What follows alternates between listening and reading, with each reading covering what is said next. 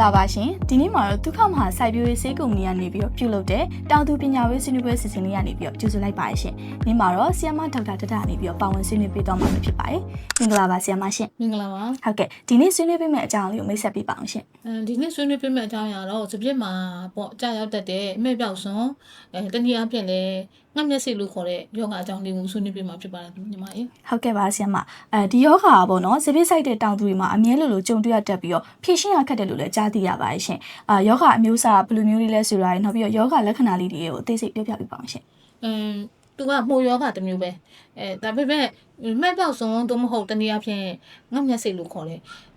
ဒီအခေါ်ပြောင်းလဲမှုမတူညီတာကတော့အရွက်မှာကြတယ်ဆိုရင်တော့ဒီဟာကိုမဲ့ပြောက်ဆုံးလို့ခေါ်ပြီးတော့ငှက်မျက်စိကြတော့အသီးမှာစပစ်တီးမတွေမှာကြာရောက်တာကိုဒီငှက်မျက်စိလို့ခေါ်ကြတယ်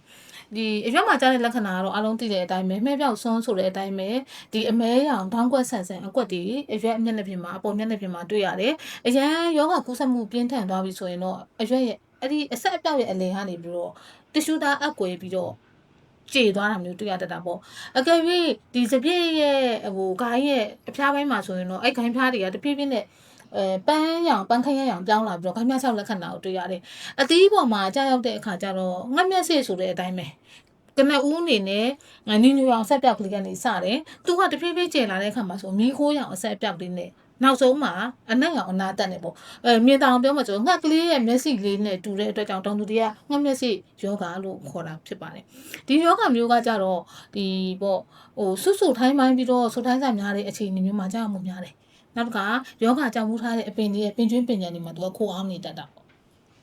ဟုတ်ကဲ့ပါရှင်ဒါဆိုရင်ဇပတိအထွန်းတော့တိတက်တာတော့ယွန်နေစီရပါတော့နော်ဘယ်လိုမျိုးကောက်ွယ်ဆိုရင်ဒီယောဂကိုတက်တာစီနေစီရမှာသူအထွန်းတော့အခြေသူရောထိခိုက်တာပေါ့နော်သူကယောဂစတင်ကြရောက်မှကောက်ွယ်မယ်တို့တွေမို့တက်စေးတွေတုံးမယ်ဆိုတာကတော့ဒါထိရောက်မှုနေဖို့တိတ်ချမှုနေတာပေါ့တကယ်တမ်းတော့ဒီစပြည့်ခင်းမှာပေါင်းမြတ်တွေကိုတိတိကျကျရှင်းလင်းရမယ်နောက်ကစိုက်ခင်းထဲမှာလေဝင်လေထွက်ကောင်းအောင်လုပ်ပေးထားရမယ်ရခင်နှစ်တုန်းကဒီယောဂကြတယ်ဆိုရင်လည်းယောဂကြတဲ့ဒီပင်ချင်းပင်ချန်တွေကိုမဖြစ်မနေလို့ရှင်းလင်းပေးထားဖို့လိုတာပေါ့ဒါပေမဲ့စောစောကအရှိမပြောခဲ့တယ်ဒီဆွထိုင်းပိုင်းပြီးတော့ဆိုတိုင်းစာများတဲ့ရာသီဥတုအခြေအနေမှာကြာတတ်တယ်ဆိုရင်ဒီလိုရာသီဥတုဖြစ်လာပြီဆိုရင်တော့ဒုက္ခမာရဲ့ဒီမဟာမူ